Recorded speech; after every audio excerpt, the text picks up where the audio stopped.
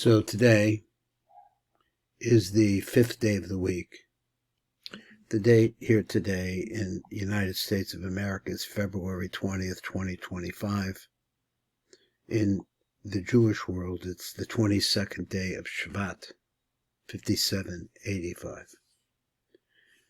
The day is the 5th day of the week, which is the day of the spheros of the week, which are called Hod. Hod is an extension of what we call the left line, the line of Din.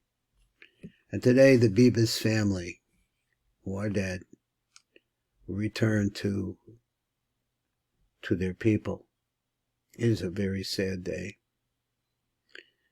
One of the things that's happening as a result of this is that everybody is aware of this was a very lovely family. And the photos that come out of their life and the dedication is just brings tremendous tears. Where is the core of the Jewish people? What makes us Jewish? I can see from the pictures of the Bibas family, this is a modern family of people, probably not Torah people, but they're every bit as Jewish as anybody else, as the greatest Hasidic rabbi. They are our people. And what happens to them is that all of our hearts bleed. But the question is, where is, and this is what we're looking at right now, the heart of the nation? So he says, and I began this series of wanting to go back through this for this particular part, because we've been saying the Psalms. We know the Psalms have tremendous healing power for our people. They come right to the heart of the nation of the Jews. But nonetheless, we know that I got to the 51st Psalm, and the 51st Psalm is a rebuke of our King. And here we're going to come to talk about the story. So he says the king is the heart of his subjects. He embodies within himself their goals and aspirations. He sets their values and standards. And before I read any more, let me say that this introduction and the prose, the way that it's written in English by Rabbi Avraham Chaim Foyer, person that in the 80s I had a chance to meet him and walk with him a lot, that God should bless him, he should be well. But his writing is beautiful. So let me go on. The king's slightest action, because the king is at the very bottom of the heart of the people. He holds the heart of the people in his hands. But the slightest action sends shockwaves rippling through the ranks. If the king ascends, all rise. If the king strays, all are lost. He says a harp was suspended over David's bed. At midnight, a north wind would blow through it, causing it to play. It would wake him up. When David heard the music, he would arise and engage in Torah study. When the people of Israel heard David's voice studying Torah, they said, if David, the busy king of Israel, is studying Torah, certainly we too must do so. Immediately they engaged themselves in Torah. That is how the king elevates his people. There's much more to be said, and we will say it. Long before that, back in time, at the very dawn of history, Adam invested David with the power to bring his heirs back to the level of perfection which preceded the sin. That is the sin of Adam Rishon, the first man. For this purpose he endowed him with two gifts. Yophios zu malchus, v'zmiros chalalu, nesunas lo b'matana. This beautiful one, it's called the Yophios, the beautiful one. Let's see if I can get this up a little bit. It's right at the beginning, so it's hard to keep it up. He says, I also present him this beautiful one, the Yophios. I also present him with sovereignty and songs of praise. The first gift was sovereignty, that is rulership, that he's the king. The king wields the scepter with which he controls the conduct of great masses of men. Temporal monarchs can dictate only the external behavior of their subjects, but only the king, actually, the king of Israel, possesses the unique ability to influence the innermost feelings of his people. He's the chord, he's the music within our souls, for he is nothing less than their collective heart. The Torah was concerned lest the king's heart be distracted, as it says, v'lo yaser labavo, so that his heart should not be turned away. So he says, because the heart of the king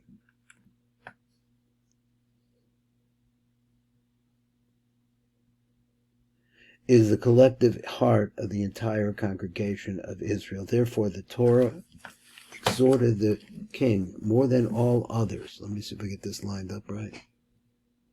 He exhorted the king more than all others to concentrate his heart on Torah study all the days of his life. It was this sense of obligation to the people which especially motivated David to seek the Mesilas Yesharim, the path of the upright. He possessed an unprecedented opportunity. If he could make his own heart upright, he could make upright the hearts of the masses. David could not tolerate the slightest flaw in his own character because he realized the effect it would have on the people. In his efforts at purification and perfection, David strove to model himself after the righteous patriarchs. What is the Sefer HaYashar? So he looked for the book of upright. This is the book of Abraham, Isaac, and Jacob. That is the book of Genesis, who are called Yesharim. They're called the upright, the straight ones. Rambam states that the patriarch constantly consulted and concentrated on God without distraction or interruption. God was before their eyes as they grazed their sheep, as they tilled their soil, whatever they did, all the time. They saw the Almighty in front of them. The purpose of all their efforts was to promulgate the God's name in the world. That was the whole idea. This was a world, a young world relative to ours, which is full of darkness. And to make upright the hearts of men so that they should come to love him. Their closeness to God was such that his name became known to the world in connection with theirs. Elokei Abraham, Elokei Yitzchak, Elokei Yaakov. Prayer we say all the time, every day, 3 times a day. The God of Abraham, the God of Isaac, and the God of Jacob. So David, too, sought to achieve this level of uninterrupted concentration in God's service. He strove this. Every Jew strives to be perfect in their way. It was in this vein that he said, Shivisi Hashem the Negdi Samid. Hashem will translate. Ki mimini bal emot. I have set Hashem before me always, because he is at my right hand. I shall not falter. This is King David in Psalm 16, verse 8. I did not turn my thoughts away from God. He is like my right hand, which I do not forget, even for a moment, on account of the ease of its motions. There shall I not be moved, I shall not fall.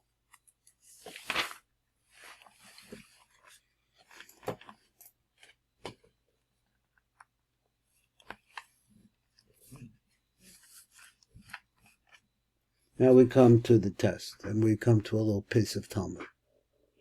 Rabbi Huda said in the name of Rav, a person should never ask to be put to the test. For David, king, the root, the soul, the heart of the Jewish people, put himself to the test and failed. He asked sovereign of the universe, this is what he said, why do people say the God of Abraham, the God of Isaac, and the God of Jacob, but they do not say the God of David? God replied, they were tested, but you were not.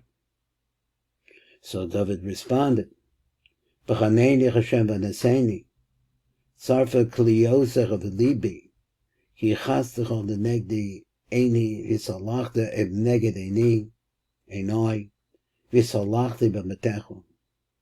Examine me, Hashem, he said, and put me to the test. Refine my intellect and my heart. For your kindness is before my eyes, and I have walked in your truth. God said, I will grant you your request. Furthermore, I will do for you what I never did for the patriarchs. Which is what? I never warned them of the nature of their trial, but I informed you that your test will be in the realm of carnal desire. But even this warning will be to no avail, for you are as yet unprepared for this test. Now, it's my opinion, from just looking logically, that this is the sin of the first man, carnal desire. He wanted something for himself, selfish. He ate the fruit of the tree. David's greatness was that he was Yafeh Anayim. He was very beautiful. He possessed beautiful eyes. And it was his mission to maintain his clarity of vision no matter what the temptation. Now, this is what he intended. And I know so many people who are intending the same thing. Now he demanded a test. His eyes would be tested by being confronted with a sight that would draw them from the purity of heaven to the desires of earth. Immediately he walked on the roof of the king's palace, and from the roof he saw a woman bathing. The woman was of exceedingly beautiful appearance. As we read these lines, we sense the nature of David's failure. The moment his eyes glimpsed Bathsheba, they were distracted from God. The scriptures take pain to tell us that not only did he see her, he noticed well that the woman was of exceedingly beautiful appearance. That right there is the carnal desire. The test is over. David had failed to imitate the patriarchs who were never distracted from God. The ensuing events demonstrate the serious damage which had been inflicted upon David's Yafeh Anayim, his beautiful eyes. Now you have to imagine someone who is very red. I know a lot of people like this. They're like even they're the Bibas family, that beautiful red hair. And those people are very ruddy. They had a lot of freckles all over everywhere. They maybe very light red hair, dark red hair. I don't know. This was David, but in the middle of the red were these beautiful, beautiful eyes. Whoever says that David sinned is in error. Now, this is the whole thing of what happened here, because we're going to have to get into the story of a little bit of Uriah, who was the husband, and Midrashim are indicating that he never really consummated the marriage. He was a convert. However, he was sent off to war. He was sent off to a place where he was going to get killed. That's what David did. And this woman was his betrothed. And David took her. Now that's the story. For it's whoever says that David sinned is in error. For it says, V'yihi David l'kol d'rochav maskel v'Hashem imo. That he says, and David dealt intelligently, or with his mind. His mind was clear in all his ways, and Hashem was with him. Is it possible that he sinned, and yet the holy presence was with him? Is it possible that he really did sin after carnal knowledge? If so, what is meant by the prophet Nathan's admonition? He says, Ma'dur b'sisa as devar Hashem. Why have you disgraced the word of Hashem to do that which is evil in his eyes? In truth, it merely says to do evil, but not that he actually did evil. Now, this is a very, very difficult thing to read. It's difficult to imagine a person who is seeking tremendous perfection in the service of God, and that he falls into this situation. And now there's an argument whether it was really real evil. And let's see what they say. This teaches that David only desired to do evil, but he did not actually do evil. So this is what he said. with his hands, David took an unmarried woman, and how was it? This is the Jewish understanding. He says an unmarried woman. Now, actually, she was married to a man by the name of Uriah. So he's a woman who had received a bill of divorce from her husband before he went out to war. For it was the custom of David's army that soldiers divorced their wives conditionally to avoid the tragedy of women unable to remarry in the event their husbands were missing in action. So the idea was that if a person went missing in action, she would automatically have a divorce in her hand, and she would be able to remarry. This is part of the Jewish custom, the ancient Jewish custom. She was a virtuous woman who was perfectly suited to be the queen of a righteous king. David's sin was in his heart, and as Rambam stresses, the Torah was concerned lest the king's heart be distracted, for the heart of the king is the collected heart of all Israel. So down here we have a little note, and we have to read the note. To me, this is a difficult thing, especially coming on, as I said before, this is the day of hope. This is the day of Din. This is the day when the Beavis family, this particular day, is being returned in coffins. And everybody cries for them, their red hair and their beauty. And what of Uriah, whose death was brought about by the command of David? The Talmud cites 3 opinions. Rav said, when you carefully scrutinize the actions of David, you find him liable for nothing other than the death of Uriah. Rav Yosef said, he is not culpable for Uriah's death, for Uriah was guilty of rebelling against the king. Rabbi said, David should have tried Uriah before the Sanhedrin, but he did not. So there was a little rebellion. He didn't go to war right away, so therefore I think that's what the problem was. So therefore it could be possible that he was a rebel. The king is empowered to execute a rebel without following normal judicial procedures. Nevertheless, David should have consulted the Sanhedrin to ensure that Uriah was truly to be considered as a rebel. Now, the whole story is troubling, no matter how I look at it. This is our king. This is his sovereignty, which we as Americans really don't understand because we elect the president every 4 years. The understanding of sovereignty goes to the heart of the nature of the people, and here we have this story. So it goes and says like this. The haunting words of the Midrash loom before our eyes.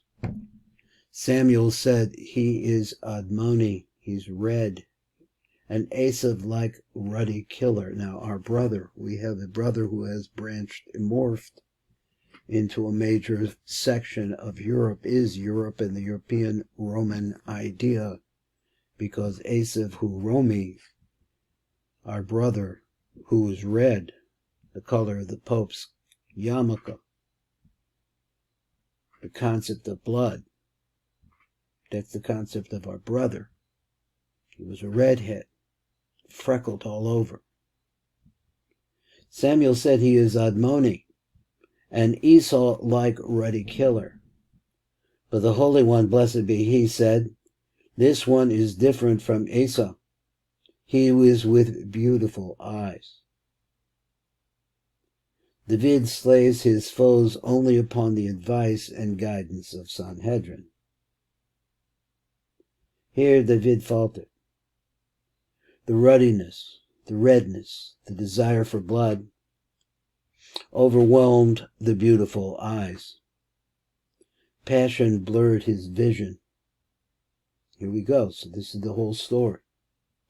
In requesting the test, he claimed, Ki chatzcha the neged einai, for your kindness is before my eyes. This is pasuk in Psalm 26, verse 3. Elsewhere, he repeated this theme with even greater emphasis. He said, Shavise Hashem nenegdi samid, I place God straight before me always, but after he failed. He fell into that.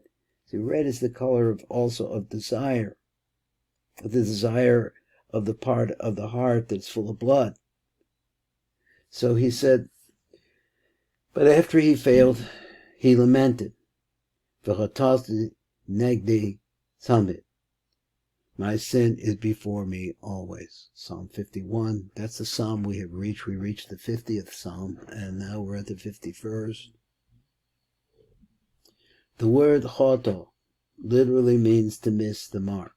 Choto means sin.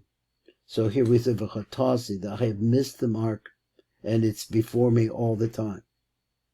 So there's a story. I know we're running a little bit longer than I like, but there's a story about Rabbi Nachman. And he says the story of a true tzaddik is that he was depressed because he couldn't reach his way to this perfection. And he says over there, if you took, say, like you shot a rifle bullet straight up, and you headed at the moon, let's say, in the distance between where the bottom, where it's shot, if it's slightly off angle, even a billionth of an inch, by the time it reaches the moon, it will miss, because it's not the perfect straight line.